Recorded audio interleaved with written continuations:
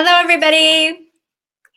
Welcome to Best Whole New World. I'm Jacqueline Best, and I have beautiful, gorgeous Brighid Murphy, Shamanic Healer. And today, on Opening the Pathway to Your Guidance, we're talking about awakening to your healing power, right? Awaken your power to heal. Awaken your power to heal. Yes. Yeah. Yeah, there's so much to cover. There's so much to talk about. It's simple and it's not simple, right? Awakening your power to heal has to do with just that, awakening. When we are awakening something, we are waking it up. We're not inventing it. We're not creating it. We are tapping in to something that exists but is asleep. And when it comes to healing, we all have the power to heal ourselves. We're actually born with that. As we grow, we forget that. Sometimes if we're not told that we have the power to heal, and oftentimes we aren't, then we don't even know it. And we spend a lot of time seeking healing outside of ourselves, when really what we can be doing is understanding the healing process inside and having people who have experience with that help to facilitate that. I think that's a good reframe for healing. Yeah, so we're actually redefining where people think something happens to them and they get sick and they go to someone to fix it, in a sense, or endure it. We're talking about actual transformation, that you're actually healing, and it's your innate ability. Just like everybody believes when they cut their finger, they believe that that cut will automatically, the skin will close, right? Mm-hmm. You're saying that that is an innate ability that needs to be reawakened for most people, that is a natural state of our being. It's a natural state of our being. And we don't have a context for it in our culture. So we have a lot of remembering to do and a lot of seeking out information to help us to do that. Yeah. I just had a conversation with my dad yesterday. He's 88 and he's in pretty good health. And he just asked me, he said, so what is that thing that I'm supposed to do that you wanted me to do? Just like open up my hands, and receive. And I said, yeah, just open up and think of something happy. And he's like, that's all I got to do? And I was like, well, let's just talk about that, right? When you feel like you're doing something happy, like when he used to race cars, I said, when you were doing that, how'd you feel? And he's like, oh, I felt really good. And I said, now, when you go to the doctor, and although you're in really good health, he says, oh, you look like you might have congestive heart disease. How does that make you feel? And he's like I'm broken, or, I have an issue. And I said, you can feel that difference, right? I said, so what do you want to focus on? Do you want to focus on what the doctor's telling you? Or do you want to focus on that maybe when you're feeling joy, your body is creating something where it's in rhythm and it's in healing? And he's like, well, that sounds a lot better. Yeah, I think that any good practitioner of any sort, whether it's a doctor, a hands-on healer, a Reiki practitioner, an acupuncturist, a shamanic healer, a aromatherapist, any kind of healing practitioner, complementary, holistic, or medical, if they're good, they will explain to you or help you to remind your body how to heal itself. That, I believe, was the origins of modern medicine. We went a little bit into, a pendulum swing with how that happens. But I do believe that a good practitioner will help you to remind your body how to heal. And if that means that someone might need a surgery or a chemical intervention, and sometimes people do, all of that is included. But the framework is, it should be, your body knows how to heal itself. It seems to have forgotten. Let's remind it by doing this. There's a piece that I'll do as the practitioner and a piece that you will do as a human being who knows how to do this. And I think that's a great part when you said about like a traditional doctor. We have surgery for a reason. There's times, most definitely, or setting your bone. There's stories that I like to share that are just different. You know, when I remember hearing a story of a man who had been like sort of praying for healing and working towards healing for his depression. Mm-hmm. And all of a sudden he developed gallstones. And he had to go to the doctor to get the gallstones removed. And he was like, wow, I'm doing all this work to get out of my depression. I get gallstones. But yet when he was in the hospital, he all of a sudden had this like spontaneous memory that of when he was just born, that he was put in an incubator. Wow. And he remembered all of a sudden that when he was in the incubator, so just a few days old, he decided right there the world was cold and he was going to act like a stone. And that spontaneous memory, right? And that whole thing just unloaded that said you created a stone in the hospital, you had to come back here to release the stone. And once he got rid of the gallstones, his depression went away too. So I think sometimes we just have to be open to feeling guided to where we need to go, what practitioner. And if it feels good for you that you're being helped, then to trust that healing, because that's the journey you're on. And if you feel some uncomfortableness with anybody, then trust that too, that maybe it's time to look somewhere else. I love that story. That's awesome. And it brings to mind a couple things, but the first one is sometimes when we are in a healing process and we intend to heal one thing, the bonus of the healing process is that it's not always linear and it doesn't always make logical sense. And so because of that, it's kind of hard to only heal one thing. Often I experience with my clients and my friends and myself that on a healing journey, we actually wind up healing or calling back to wholeness multiple things. Mm-hmm. So it's one thing, you know, maybe like the pain in the foot or the pain in the gallstones that get somebody to go seek help. But once they're in the environment where they can get help, the body, I feel like the body and the mind say, oh, good. We're going to put that back on track. And then that means this goes back on track. And then boop, here we go. You're back on track. Yeah. Yeah. I think that's, you've had the experience. I've had the experience. I think most practitioners have had the experience that, as you said, it's not linear. It's like a curvy, wavy line. Sometimes it even looks like in the process of healing, people get lost in the detox because, you know, the healing crisis is happening. And depending on who they, you know, got in their community to support them on this, they're thinking, oh my gosh, the problem has come back again, where it could just be that their body is actually releasing all of that toxicity, all that pattern in order to heal. You know, that is an excellent point. The healing crisis, or what I like to call the healing response, is not something that we are trained in or taught. And I think an easy example that everybody's familiar with is when you're a kid, you get sick, you have often a vomiting that happens, right? If there's a stomach sickness, or diarrhea that happens. Something has to come out in order for you to feel better. And the act of throwing up is not pleasant. Nobody likes it. Everybody tries to avoid it. And the other act of it coming out the other end is not very pleasant. But that is actually what gets the toxins out. And if we can understand that our body is doing the best it can to help us, we can start to work with the body and the mind.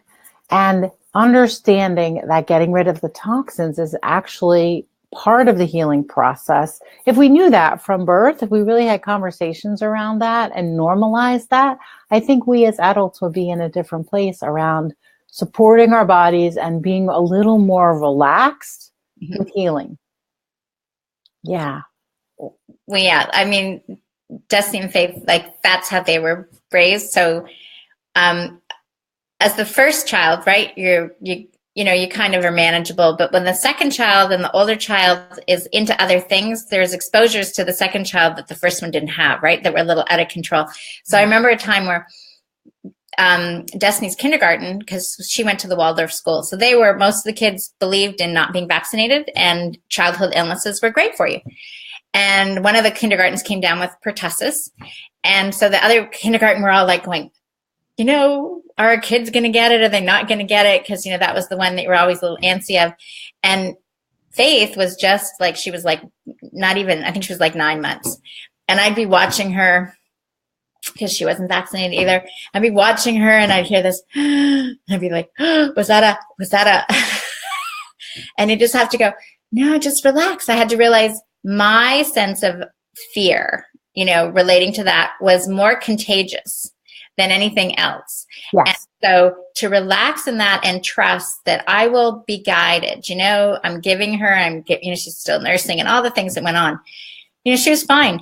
And I used to watch with her, she would do these great high burns, 40 degrees Celsius, like whatever, 104, that point where people go, but I could see her, she would do this great burn and she'd be like listless for, sort of 24 hours. Yeah. And then she grew, like right before my eyes. She'd sprout, her eyes would bug out, she'd be that much more alert the next day. And it was just like, wow, is this the natural process? It's like, felt like a busting out of like the bud, the next layer. And I believe is when you start to have experiences, that's where you trust on a different level that everything you've been told in the past. Yes. And that fear that you're talking about, the fear is contagious. Mm-hmm. If you're afraid as a parent, your kid is going to be afraid. And if you're afraid, we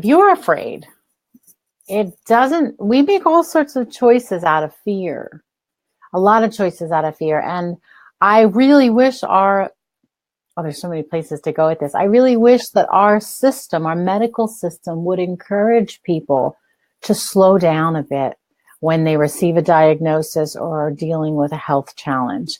There's a pressure and a push to quick take action, quick take this drug, quick start this chemotherapy. And I feel like that puts people into a panic. And I applaud you for being able to let her work through that fever and do that high burn. We are cautioned against that in our modern day. Don't let the fever get too high. Don't let the fever get too high. And the fever is the body's way of burning out what it doesn't need. And so when we thwart that, when we stop that, we're actually putting a stopper in the body's natural healing process. Yeah. I remember, Bridget, like I had, because we never did acetaminophen, right? And I had this, I shopped with the company and I got this pack and they had some of these traditional replacements, for these. And I remember going to my naturopath and going, when it first happened, it's like, so I've got, like belladonna, I know the cold socks treatment, I'm nursing her, all that good stuff. But like, what if it gets worse? Is this the stuff everybody else takes? Is this the child? And she's like, yeah, but you won't need it. And I'm like, okay, because that in a sense was, I had stayed away from it all. So I really didn't have a clue what everybody else was traditionally doing with respect to that. Yes. But it's to be supported in an environment that did. So at that point, my naturopath was like the person saying, yes, you're okay, right? It's okay. And then as the kids got older, I just started to learn to trust that process and notice their own patterns and be able to. So, my youngest's boyfriend at the same time, it's like he was having, sort of some sniffles and things. We're like, that's okay, you're releasing. And he's like, don't I have a cold? And it's like, no, you're releasing. You just got to let go of the stuff. It's all good. Yes, that's exactly it. Any opportunity I can to share with people what colds and flu actually are and how we can have an easier time moving through them when we don't get if we don't get attached to, let me rephrase that, colds and flu are our body's natural process. We can support that process instead of fighting it. The prescription or the prescriptions and all of the pills that people take are often them fighting their own body. And I want to just make a disclaimer here. I am not against medication and prescriptions. I am for proper education on how the body works, because when we have proper education on how the body works, we can hold off before we cover everything up with all of those nasal decongestants and all of the things that we do when we're sick. And I find that we have less pain when we let the body just do what it needs to do and support that process. My healing processes have changed tremendously over the years because I handle colds and flu very differently than the mainstream do. I don't get afraid. I sink in and say, okay, body, what do you need? Thanks for working. Because the fact that I'm getting a cold means my immune system is actually doing what I wanted to do. Okay, good. You're doing what I need you to do. Thank you. Thank you. How can I support you? I don't get colds as often. I recover faster, and I'm more in a happy place than a miserable place. And we can all do that. When it comes to chronic issues, that's another story. But when it comes to colds and flus, we can all handle it differently. Yeah. And I think it's real important. We are certainly not, not diagnosing, and we're not telling you what to do here. We're sharing some of our experiences that we've had. And if that opens up a door for you that maybe you feel like you want to go check out something else or it resonates with you, then that's awesome.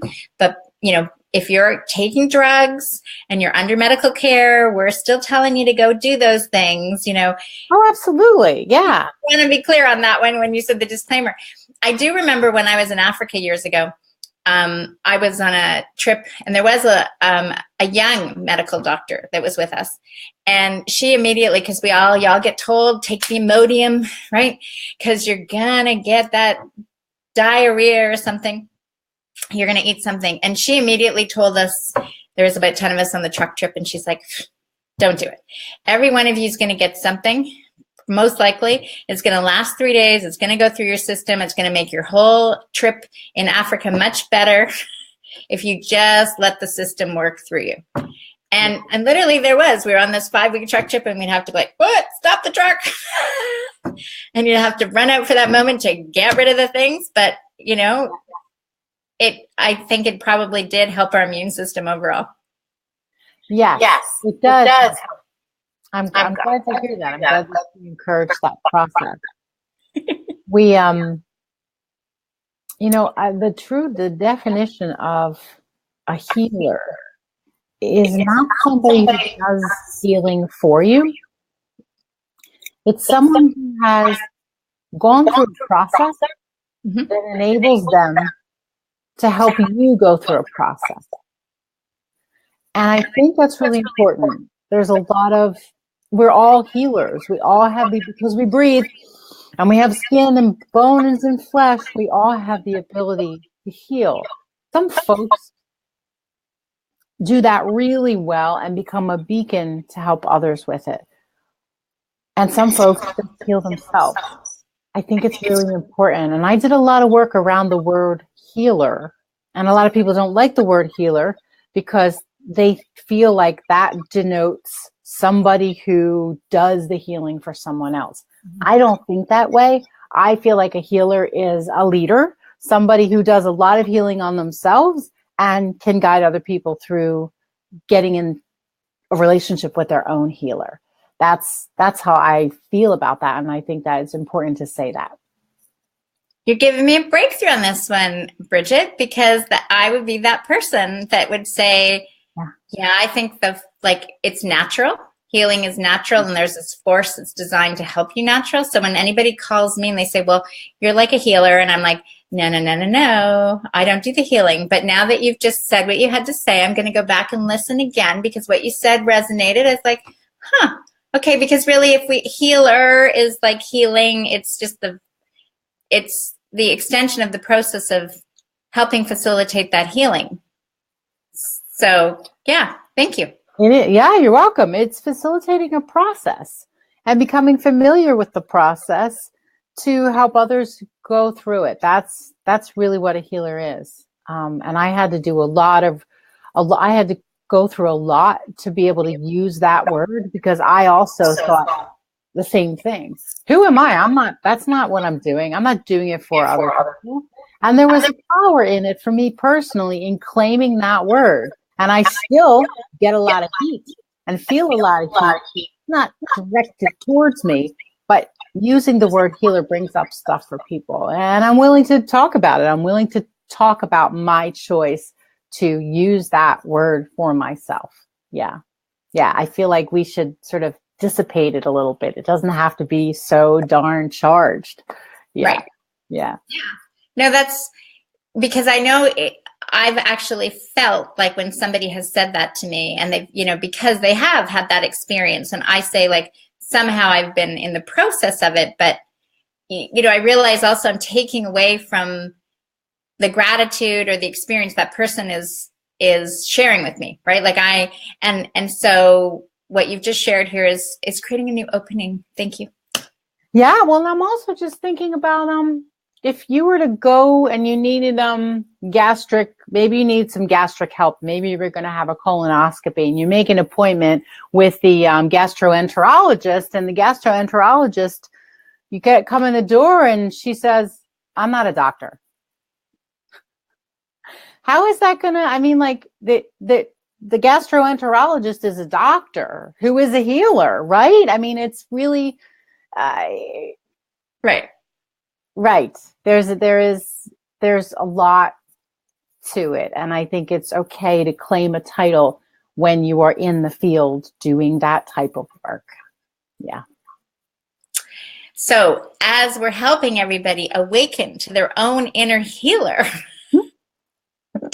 Yes. we can all say that we are healers because we have an inner healer, because Yes. it's natural. Yes. And it's a rewarding process, I believe, for any of those that have gone on this journey, because I think there's a lot out there. I think whether people have started on a juice fast and they've realized, oh my gosh, they have changed their health, or they've had a food elimination diet, or they went through Reiki, or they went to shamanic healing.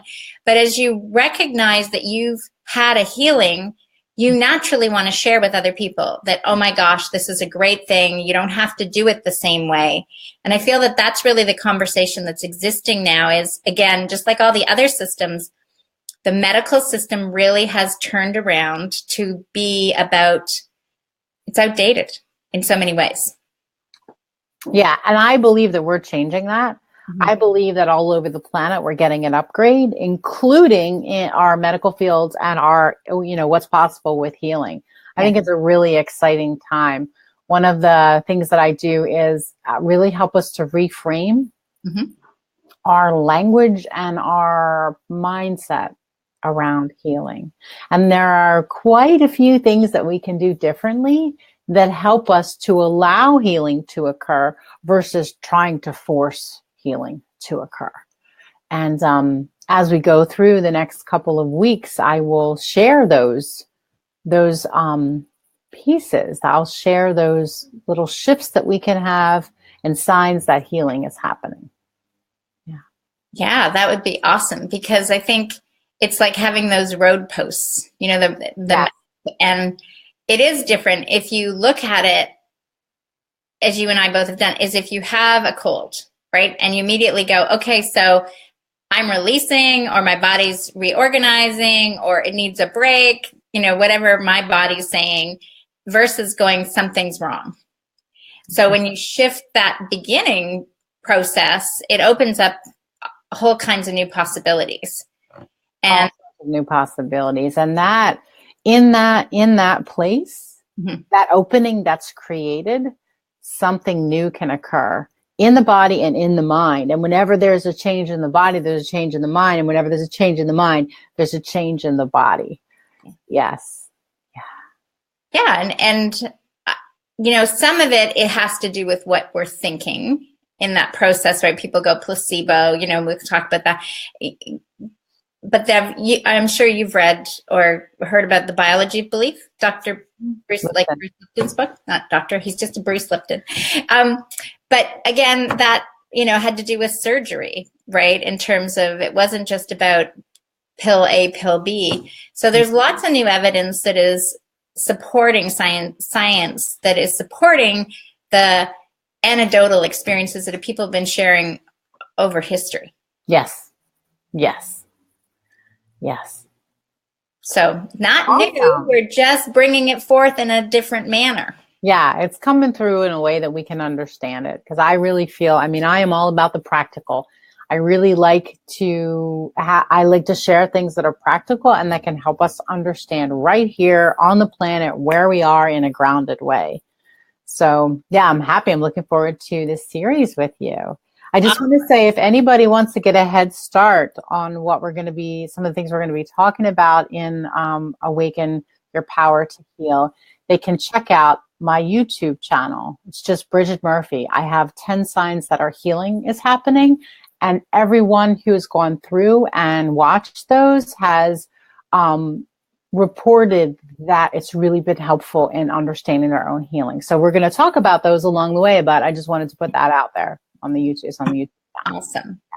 Well, let's call it a time for this, because we've started. Get your head start on there if you want. This is going to be a great conversation. And I believe since we're having this conversation, that must mean that every time we put out these words of healing nature, that they're vibrating. Just like when I rang the bell at the Buddhist monastery today, and I, like on Saturday, I rang it, and the vibration, you could just hear it. And I was just like, it's rippling all over the earth, right? Good wishes. So that's happening with healing. I love that. Thank you. Thank you. All right. Bye, everybody. See you next week.